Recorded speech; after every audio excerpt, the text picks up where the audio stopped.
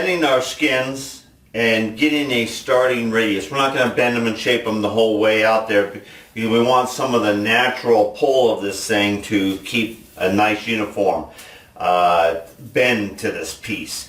And also the reason why we're starting them a little bit is so that we can make sure that we are getting them 100% lined up with the edge, and that we have the weld prep top and bottom, because we're allowing ourselves about a 1/16 of an inch to set that weld prepped area exactly where we want it. And then as we come down, we may actually get in here and grind, clamp, tack, until we get this 100% fit all the way around.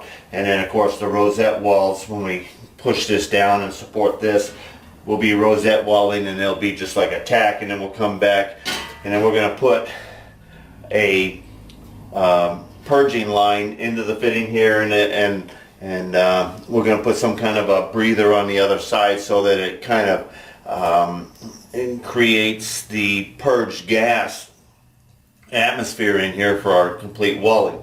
That's down the road here, as soon as we get these fit on here. Now, of course, I've already got one set of these bent. Now I've got another set to go ahead and do. So what I want to do is I'm going to take you into the shop, the other end of the shop there, where I'm creating these bends in my hydraulic press, and I want to show you how I'm actually doing that. All right, so let's take our skin and head on in. Okay, what we have done with our hydraulic press is laid out some of our big parallels, so that we increase the table strength right here, as far as it not dishing. Because under normal loads, there is slight bit of dishing. Not that you can see it in the naked eye, but when you're going to bend and create something over a long stretch, if the center flexes away on the push, then you don't have the same amount of pressure in certain areas, like out here on where the I-beam of the press is on both sides. That's a given, that's the strongest area. In the center, where there's a little bit less support, there's no beam underneath that center. It's only relying on the 3/4 inch plate I got here, and the 1 inch by 4 inch strongbacks underneath there. And in the center I have a hole so that things will pass through the press, so it's not 100% secure. So I added these two pieces of steel here, and it does a pretty good job. Now, this is just a couple cutouts of plywood, and I just got them up here, and I got this one here so that I can roll this back and forth real easy. And this is a piece of tube, real thick wall tube, and it's a little bit tight on the radius, but it does the job, and I just kind of move it back and forth. Alright, we take our piece of stainless steel, and of course we make sure that we're pushing on the down side, because we got the rosette welds and everything else there. So the pretty side goes down, and that's the outside, and this is the leading edge, and that's where we're creating the curve. So I kind of spread out my load from front to back here, and I'm kind of pushing in, and I try to work a little bit at a time, and uniform and easy. And I know that it really has quite a bit more bend right at the nose, but you don't want to go too much. I want to make sure that we have we still have to pull it to make it fit to the frame, and then that way we will have a more uniform curve, and we'll be able to have the more true curve to create our shape. Alright, so now I'm going to fire this up, and then I'm going to kind of go through and just kind of show you how this thing actually bends. And it's just this pushing into the soft plywood, and the plywood kind of just like forms a soft wrap, and then I just kind of work it a little bit. You can kink it, you can go too far. So, it is something that I got to get. I kneel down and I get an eyeball straight across it so that I can actually see what the plate is doing. Alright, and I just kind of eyeball this on center, and then I know to go ahead and roll this in here where I want it.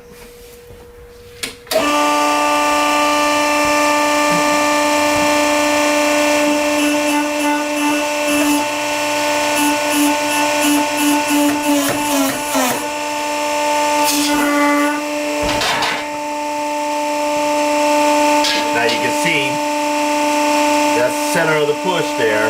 Now I'll be working in front of that and then behind, and I'll progressively go like this.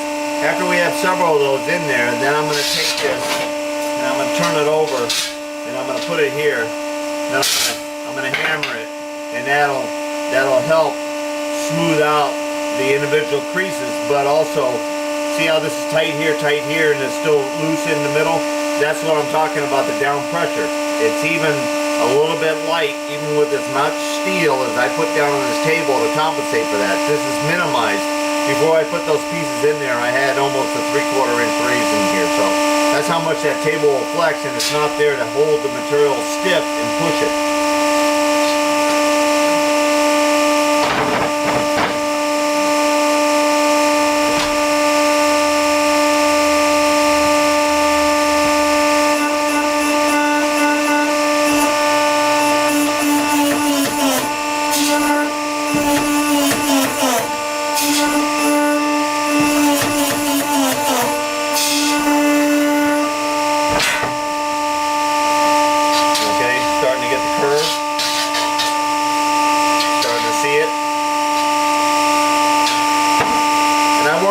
And then I go in there and I check it, and then I come back in here, and it's a back and forth process, but it's gonna save a lot of effort in trying to bend this and get the accuracy of aligning it to the frame.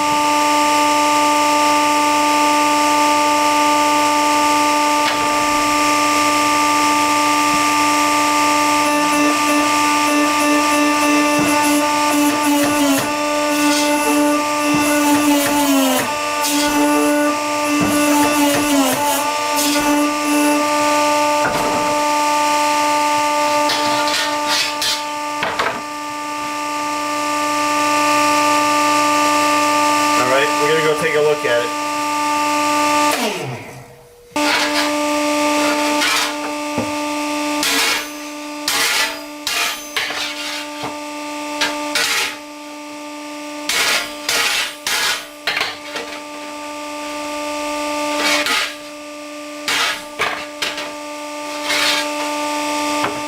Right, and that's what you'll want to look for, is that.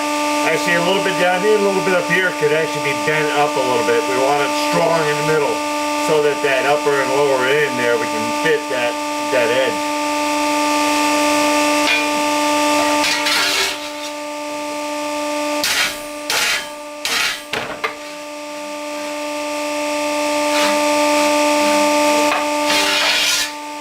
I'm going to check the fit again.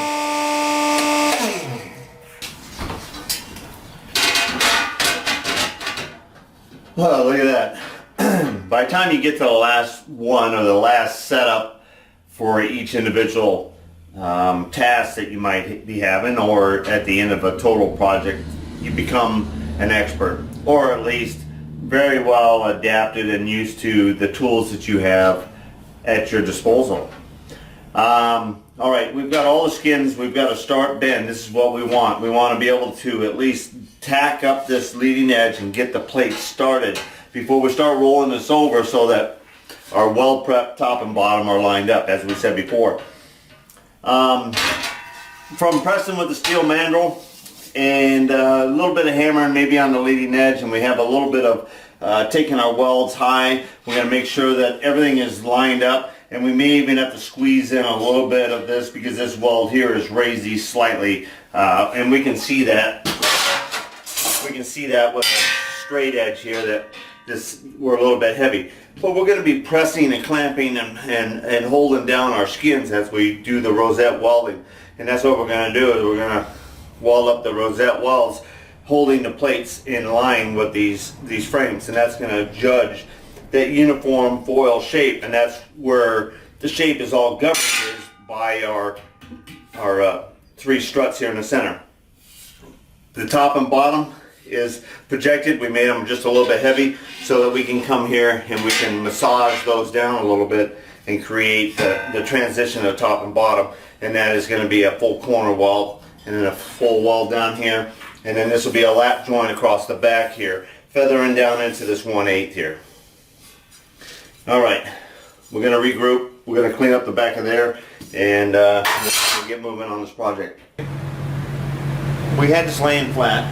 We were able to gauge this corner, right even with the edge, 1/8 of an inch down, setting our weld prep for this edge here.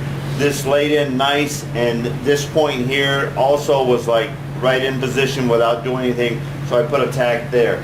I'm able to go ahead and tighten, put a clamp in here holding this, and bring this into where we're touching here, and also we're nice and close touching here. Put 2 more tacks here, then we're going to roll it up, and then we can clamp that section down and kind of get a look at how the overall seam all the way around is going before we go anywhere else.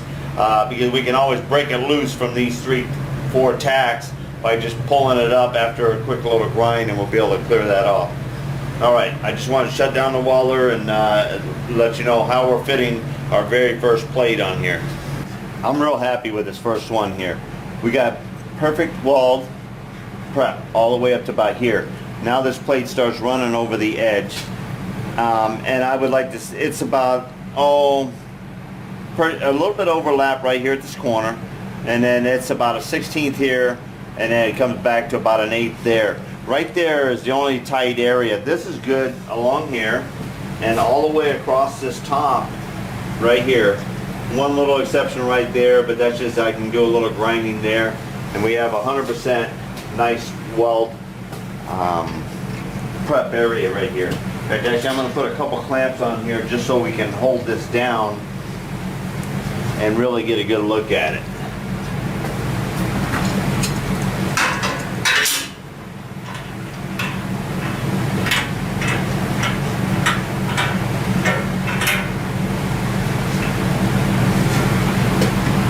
Put another one on here.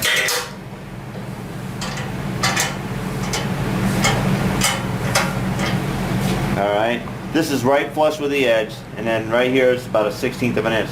So when I undo these clamps, and I'll put something in here and hold this up, and I'm going to sand this a little bit. In fact, I'm going to grab a Sharpie here and kind of mark exactly where I want. This is going to be strong, about an 1/8, we want an 1/8 of an inch here. And it's pretty good, about right here. Start shaving it.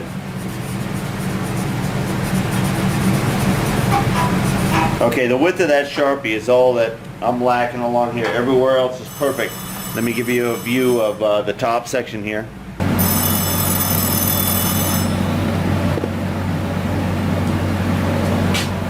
See, that's a perfect weld prep right there. Alright, we open this back up, we put our little spacer in here, we put a clamp on here so the thing doesn't sing too bad, hopefully, while we grind. And I've got it set so that I'm throwing the materials down, and I can control this thing really nice along here and get a good eyeball on my Sharpie line there.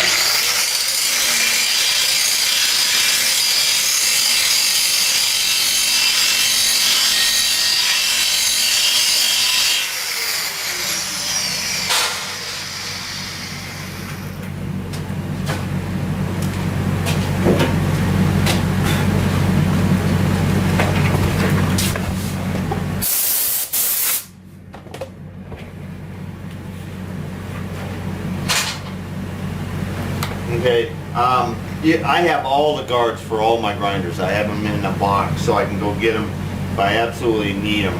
I use the top, the end, the side. I move the grinder around. Any job there I'm going to be doing in multiple directions. So even the quick, like this has got one of those quick locate units, it's still hindersome to the whole job as far as speeding the process.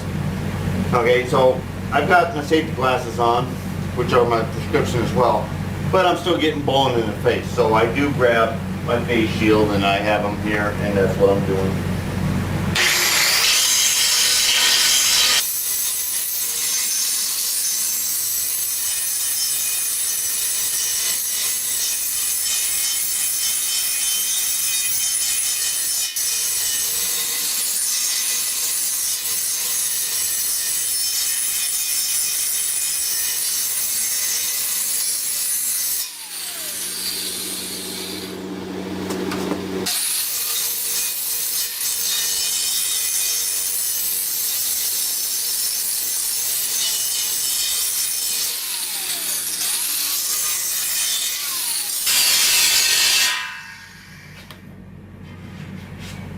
Okay, I like that. I'm going to grab my flapper wheel and I'm going to put the finish on there.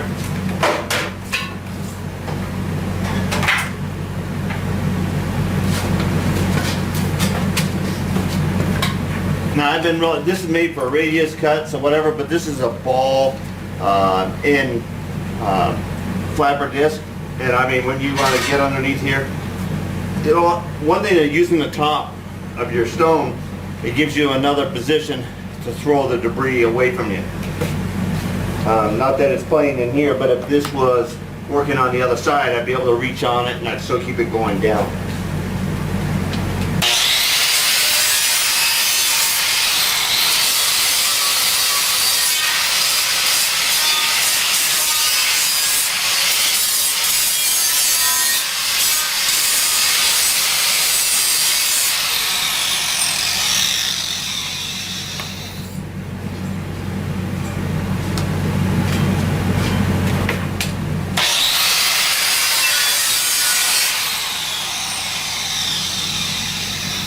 All right.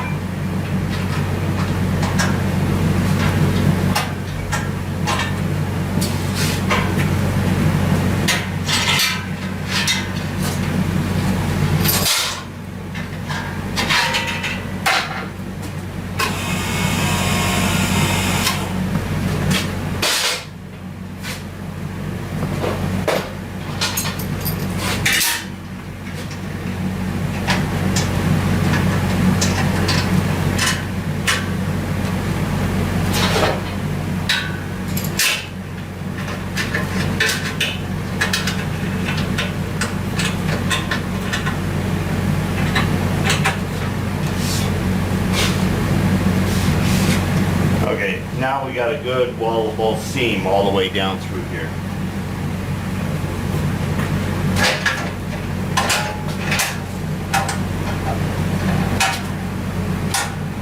All right, the step that we're going to be doing is we're going to be I'm going to bring 3 clamps up here.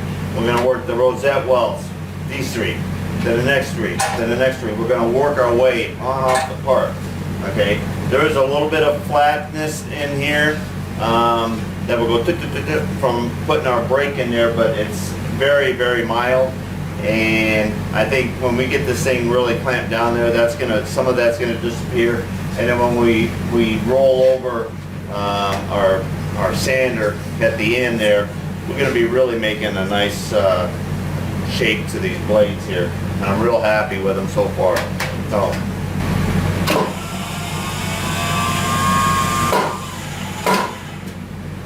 Pretty cool if we'll be able to wrap it over and we can see that we are 100% making contact with our ribs and nice and uniform. All right, we're still up in the back here, and we have a reverse curve that's going to come into play.